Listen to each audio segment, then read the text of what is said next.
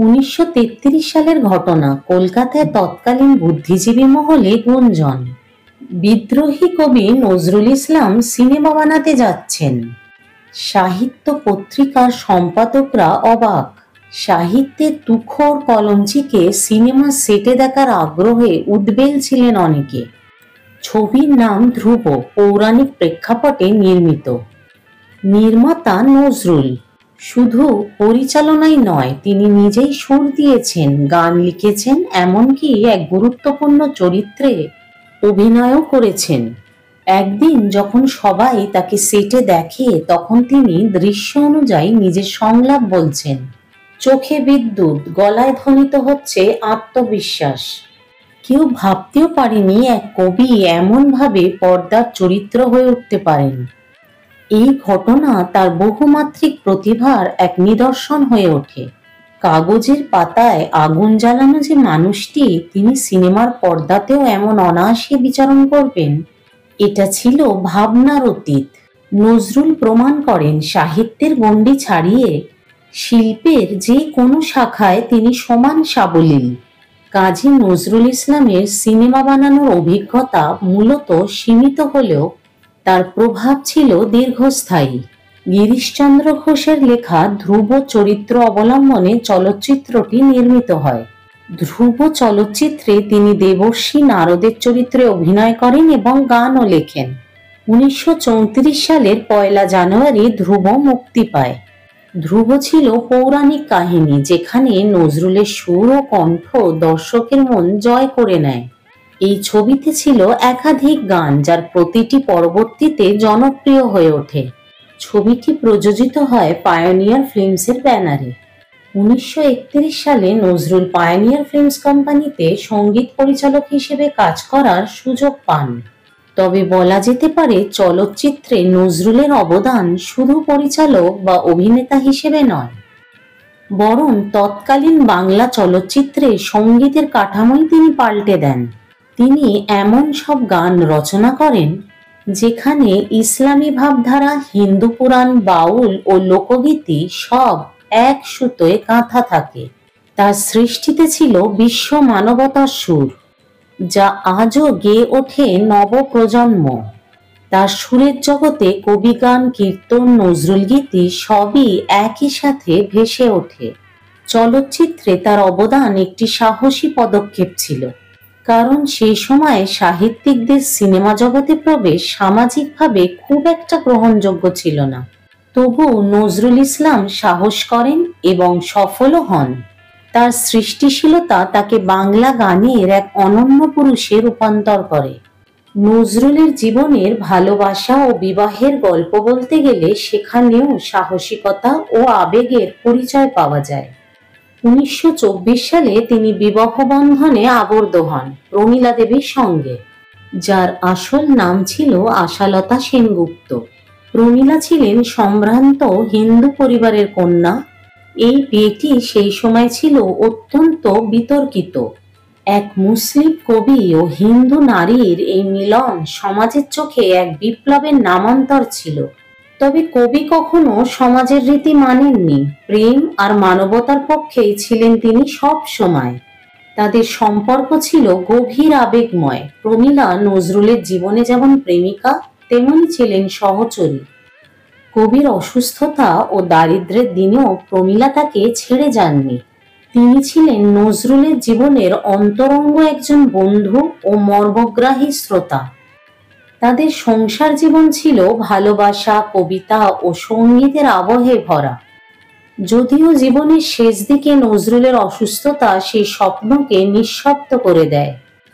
এই সম্পর্ক শুধু এক দাম্পত্য গল্প নয়, বরং সেই সময়ের সমাজে ভালোবাসা ও সমতার প্রতীক হয়ে ওঠে।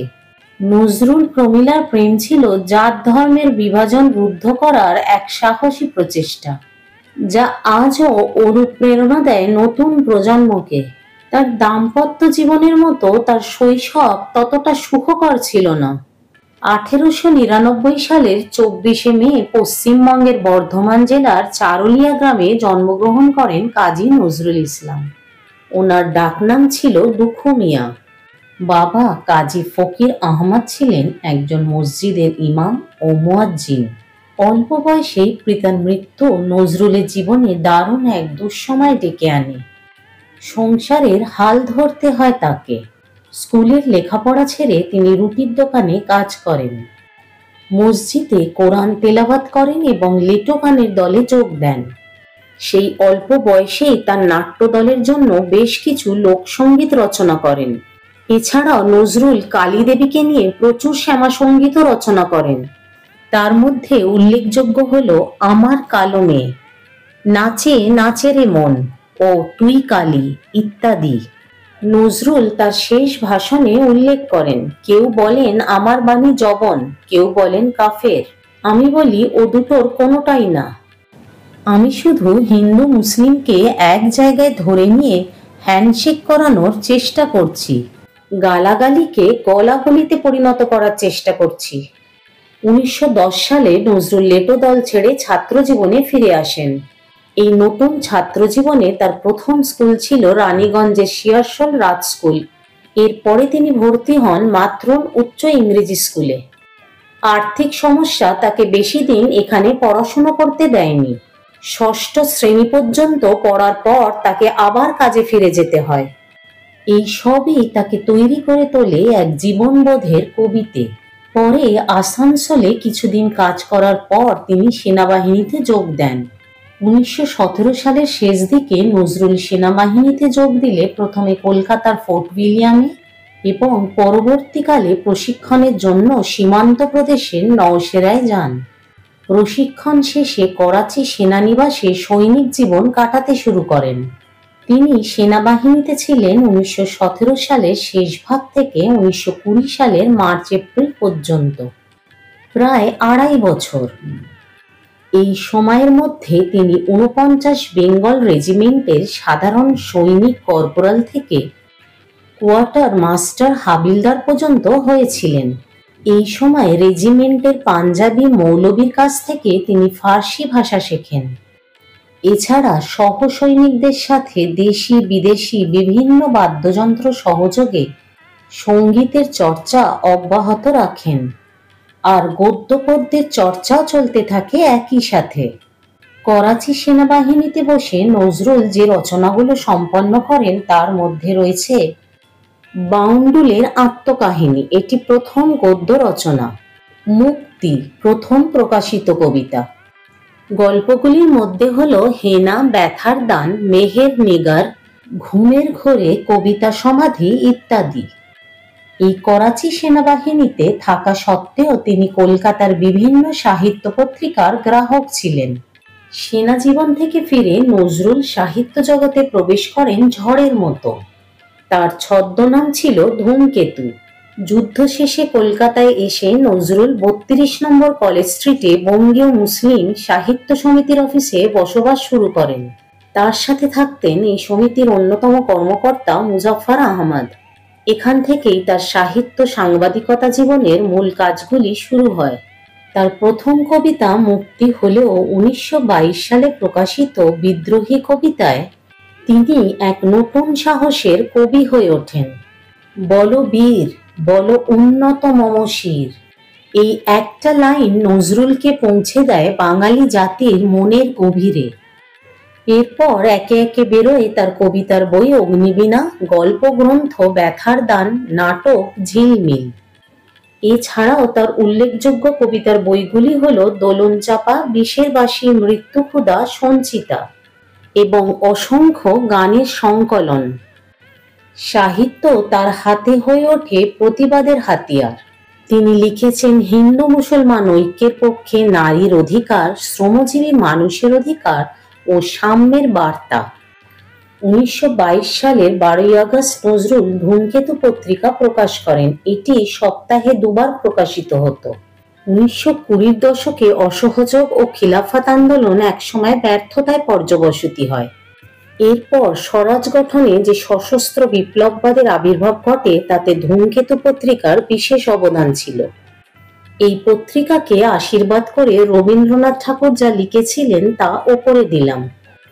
পত্রিকার প্রথম পাতার শীর্ষে এই বাণী লেখা থাকত, 1922 সালে 26শে সেপ্টেম্বরের সংখ্যায় ধূমকেতু পত্রিকায় আনন্দময়ীর আগমনে এই নামে একটি জ্বালাময়ী কবিতা লেখেন, যেখানে তিনি স্বাধীনতার ডাক দেন এবং ব্রিটিশ শাসনের কঠোর সমালোচনা করেন। এই রাজনৈতিক কবিতা প্রকাশিত হওয়ায় 8ই নভেম্বর পত্রিকার উক্ত সংখ্যাটি নিষিদ্ধ ঘোষণা করা হয়েছিল। একই বছরের 23শে নভেম্বর তার যুববাণী প্রবন্ধ গ্রন্থ বাজেয়াপ্ত করা হয় এবং একই দিনে তাকে কুমিল্লা থেকে গ্রেপ্তার করা হয়। গ্রেপ্তারের পর তাকে কুমিল্লা থেকে কলকাতায় নিয়ে আসা হয়। ব্রিটিশ সরকার তাকে রাজদ্রোহিতার অভিযোগে গ্রেপ্তার করে। 1923 সালে 7ই জানুয়ারি নজরুল বিচারাধীন বন্দী হিসেবে আত্মপক্ষ সমর্থন করে এক জবানবন্দি প্রদান করেন। চিফ প্রেসিডেন্সি ম্যাজিস্ট্রেট সুইনহোর আদালতে এই জবানবন্দি দিয়েছিলেন। তার এই জবানবন্দি বাংলা সাহিত্যে রাজবন্দির জবানবন্দি নামে বিশেষ সাহিত্যিক মর্যাদা লাভ করেছে। এই জবানবন্দিতে নজরুল যা বলেছেন তা ওপরে দিলাম। 16ই জানুয়ারি বিচারের পর নজরুলকে 1 বছরের সশ্রম কারাদণ্ডে দণ্ডিত করা হয়। কাজী নজরুল ইসলামকে আলিপুর কেন্দ্রীয় কারাগারে নিয়ে যাওয়া হয়। এখানে যখন বন্দি জীবন কাটাচ্ছিলেন তখন বিশ্বকবি রবীন্দ্রনাথ 22শে জানুয়ারি 1923 সালে তার বসন্ত গীতিনাট্য গ্রন্থটি নজরুলকে উৎসর্গ করেন। এতে নজরুল বিশেষ উল্লাসিত হন। এই আনন্দে জেলে বসে আজ সৃষ্টি সুখের উল্লাসে, এই কবিতাটি জেলে বসেই রচনা করেন। নবযুগে সাংবাদিকতার পাশাপাশি নজরুল বেতারেও কাজ করেছিলেন। এমনই সময় অর্থাৎ 1942 সালে তিনি অসুস্থ হয়ে পড়েন। এতে তিনি বাকশক্তি হারিয়ে ফেলেন। তার অসুস্থতা সম্বন্ধে স্পষ্টরূপে জানা যায় 1942 সালের জুলাই মাসে। এরপর মূলত তাকে হোমিওপ্যাথি ও আয়ুর্বেদিক চিকিৎসা করানো হয়, কিন্তু এতে তার অবস্থার তেমন কোনো উন্নতি হয়নি। সেই সময় তাকে ইউরোপে পাঠানো সম্ভব হলে নিউরোসার্জারি করা হতো, কিন্তু দ্বিতীয় বিশ্বযুদ্ধের কারণে তা সম্ভব হয়ে ওঠেনি। 1942 সালের শেষের দিকে তিনি মানসিক ভারসাম্য হারিয়ে ফেলেন। এরপর নজরুল পরিবার ভারতে নিভৃতে সময় কাটাতে থাকে। 1952 সাল পর্যন্ত তারা নিভৃতেই ছিলেন। 52 সালে কবি ও কবিপত্নীকে রাঁচির এক মানসিক হাসপাতালে পাঠানো হয়। এই উদ্যোগে অগ্রণী ভূমিকা পালন করেছিলেন নজরুলের আরোগ্যের জন্য গঠিত একটি সংগঠন, যার নাম ছিল নজরুল নিরাময় সমিতি। এছাড়া তৎকালীন ভারতের বিখ্যাত রাজনীতিবিদ শ্যামাপ্রসাদ মুখোপাধ্যায়ও সহযোগিতা করেছিলেন। কবি 4 মাস রাঁচিতে ছিলেন। এরপর 1953 সালের মে মাসে নজরুল ও প্রমীলা দেবীকে চিকিৎসার জন্য লন্ডনে পাঠানো হয়। লন্ডন পৌঁছানোর পর বেশ কয়েকজন বিশেষজ্ঞ চিকিৎসক তার রোগ নির্ণয়ের চেষ্টা করেন। এদের মধ্যে ছিলেন রাসেল ব্রেইন, উইলিয়াম সেজিয়েন্ট এবং ম্যাককিস্ক। প্রতিটি সেশনে তারা 250 পাউন্ড করে পারিশ্রমিক নিয়েছিলেন। রাসেল ব্রেইনের মতে নজরুলের রোগটি ছিল দুরারোগ্য, বলতে গেলে আরোগ্য করা ছিল অসম্ভব। লন্ডনে অবস্থিত লন্ডন ক্লিনিকে কবির এয়ার এনসেফালোগ্রাফি নামক এক্স-রে করানো হয়। এতে দেখা যায় তার মস্তিষ্কের ফ্রন্টাল লোব সংকুচিত হয়ে গেছে। কিছু চিকিৎসক অপারেশনের পক্ষে ছিলেন, কিন্তু ডক্টর ব্রেইনের বিরোধিতা করেছিলেন।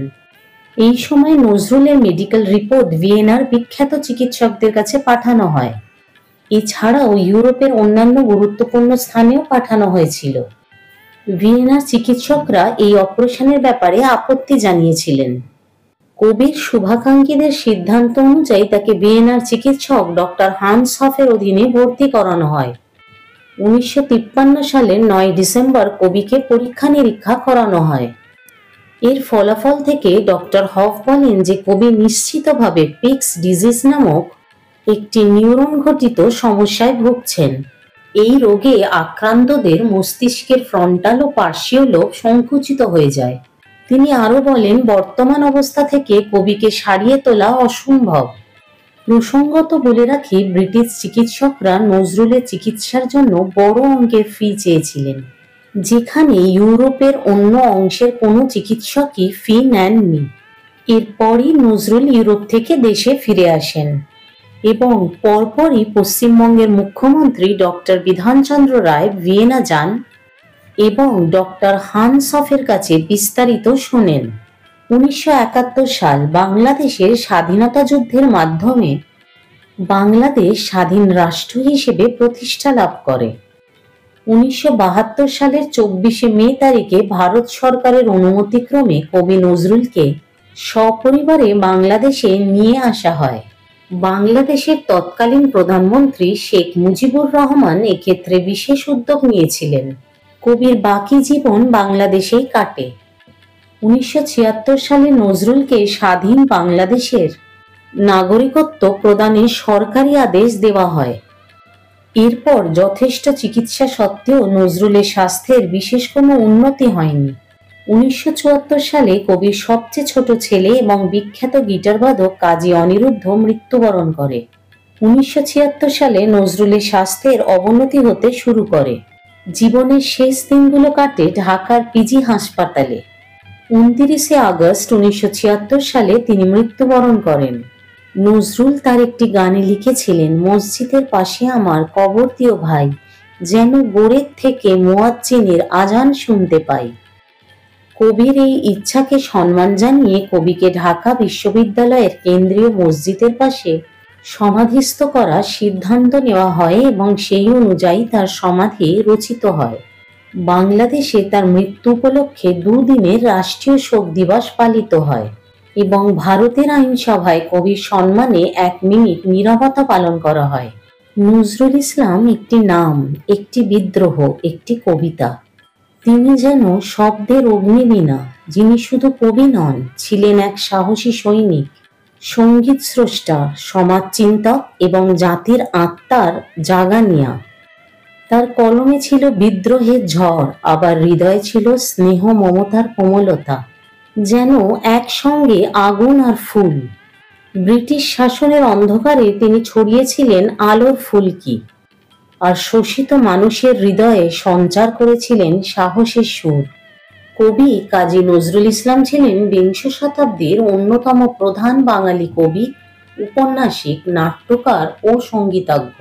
তার মাত্র 23 বছরের সাহিত্যিক জীবনে সৃষ্টির যে প্রাচুর্য তা তুলনাহীন।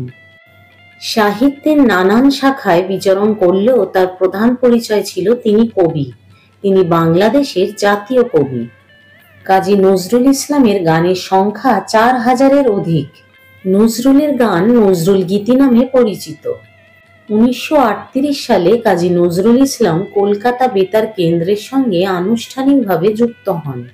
সেখানে 3টি অনুষ্ঠান যথাক্রমে হারামণি, নবরাগ মল্লিকা ও গীতি বিচিত্রার জন্য তাকে প্রচুর গান লিখতে হতো। ভারতের পশ্চিমবঙ্গ রাজ্যে চারুলিয়ায় নজরুল একাডেমি নামে একটি বেসরকারি নজরুল চর্চা কেন্দ্র আছে। চারুলিয়ার কাছে আসানসোল মহানগরে 2012 সালে কাজী নজরুল বিশ্ববিদ্যালয় স্থাপিত হয়েছে। আসানসোলের কাছে দুর্গাপুর মহানগরের লাগোয়া আন্তর্জাতিক বিমানবন্দরটির নাম রাখা হয়েছে কাজী নজরুল ইসলাম আন্তর্জাতিক বিমানবন্দর। বিমানবন্দর থেকে কলকাতায় যোগাযোগ রক্ষাকারী প্রধান সড়কটির নাম রাখা হয়েছে কাজী নজরুল ইসলাম সরণি। কলকাতা মেট্রোর গড়িয়াবাজার মেট্রো স্টেশনটির নাম রাখা হয়েছে কবি নজরুল মেট্রো স্টেশন। কাজী নজরুল ইসলামকে 1974 সালে বাংলাদেশ রাষ্ট্রের জাতীয় কবির মর্যাদা দেওয়া হয়। 1945 সালে কলকাতা বিশ্ববিদ্যালয় কর্তৃক বাংলা সাহিত্যের সর্বোচ্চ পুরস্কার জগত্তারিণী স্বর্ণপদক নজরুলকে প্রদান করা হয়। কাজী নজরুল ইসলামকে 1960 সালে ভারতের 3য় সর্বোচ্চ বেসামরিক সম্মান পদ্মভূষণে ভূষিত করা হয়। যদিও বাংলাদেশের জাতীয় কবি হিসেবে তাকে আনুষ্ঠানিক রাষ্ট্রীয় স্বীকৃতি দেওয়া হয় 2024 সালে। কাজী নজরুল ইসলামের রচিত চল চল চল ঊর্ধ্ব গগনে বাজে মাদল বাংলাদেশের রণসঙ্গীত হিসেবে গৃহীত। নজরুলের জন্ম ও মৃত্যু বার্ষিকী প্রতি বছর বিশেষভাবে উদযাপিত হয়। নজরুলের স্মৃতি বিজড়িত ত্রিশালে বাংলাদেশের ময়মনসিংহ জেলায়। বাংলাদেশে 2005 সালে জাতীয় কবি কাজী নজরুল ইসলাম বিশ্ববিদ্যালয় নামে সরকারি বিশ্ববিদ্যালয় প্রতিষ্ঠা হয়েছে। বাংলাদেশের রাজধানী ঢাকায় কবির স্মৃতিতে নজরুল একাডেমি, বুলবুল ললিতকলা একাডেমি ও শিশু সংগঠন বাংলাদেশে নজরুল সেনা স্থাপিত হয়। এছাড়া সরকারিভাবে স্থাপিত হয়েছে গবেষণা প্রতিষ্ঠান নজরুল ইনস্টিটিউট। ঢাকা শহরের একটি প্রধান সড়কের নাম রাখা হয়েছে কাজী নজরুল ইসলাম এভিনিউ। 1974 সালে ঢাকা বিশ্ববিদ্যালয় কর্তৃপক্ষ বাংলা সাহিত্য ও সংস্কৃতিতে বিশেষ অবদানের স্বীকৃতিস্বরূপ অনন্য ব্যক্তিবর্গের সঙ্গে কাজী নজরুল ইসলামকে সম্মানসূচক ডিলিট উপাধি প্রদানের সিদ্ধান্ত গ্রহণ করে। অসুস্থতার জন্য নজরুলকে এই উৎসবে আনা সম্ভবপর হয়নি। পরবর্তীকালে 1975 সালের 25শে জানুয়ারি তারিখে বঙ্গভবনে একটি বিশেষ অনুষ্ঠানের আয়োজন করা হয়। এই অনুষ্ঠানে নজরুলকে ডিলিট উপাধিতে ভূষিত করা হয়। নজরুলের জীবনচিত্র কোনো সাধারণ জীবনের গল্প নয়। এটি সংগ্রাম, প্রতিভা, প্রেম, প্রতিবাদ আর গভীর মানবিকতার এক বিরল সংমিশ্রণ। উপস্থাপনাটি কেমন লাগলো জানালে ভালো লাগবে। ভালো লাগলে লাইক করো, সাবস্ক্রাইব না করে থাকলে সাবস্ক্রাইব করো আর অনেক অনেক শেয়ার করো।